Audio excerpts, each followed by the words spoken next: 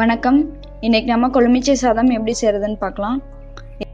இதுக்கு தேவையான பொருட்கள்: அரிசி 1 கப், கொழுமிச்சை 3, சின்ன வெங்காயம் 8, கடலைப்பருப்பு 1 டீஸ்பூன், உளுத்தம்பருப்பு 1 டீஸ்பூன், கடுகு அரை டீஸ்பூன், பெருங்காயத்தூள் 1/4 டீஸ்பூன், வெந்தயப்பொடி 1/4 டீஸ்பூன், வரமிளகாய் 3, கருவேப்பிலை 1 கொத்து, உப்பு தேவையான அளவு, மஞ்சள் தூள் 1/4 டீஸ்பூன், எண்ணெய் தேவையான அளவு.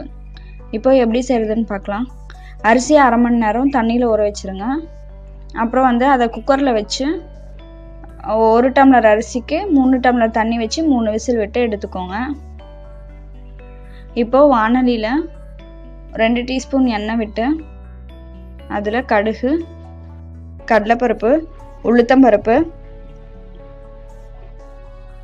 வரமிளகாய், பெருங்காயத்தூள், சின்ன வெங்காயம், கருவேப்பிலை இதெல்லாம் போட்டு நல்லா வணக்கிக்கோங்க.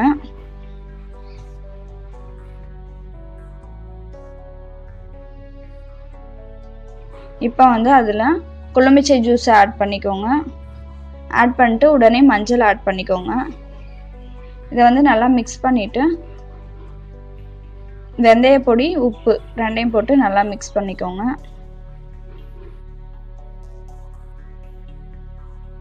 இப்போ ஸ்டவ் ஆஃப் பண்ணிவிட்டு வேக வச்ச சாதத்தை இந்த மாதிரி ஒரு பரவலான பிளேட்டில் எடுத்து வச்சுக்கோங்க. அதில் கொஞ்சமாக நல்லெண்ணெய் விட்டு எடுத்துக்கோங்க. இப்போ இந்த சாதத்தை தாளித்து வச்ச கொழுமிச்சை ஜூஸில் ஆட் பண்ணி நல்லா மிக்ஸ் பண்ணிக்கோங்க.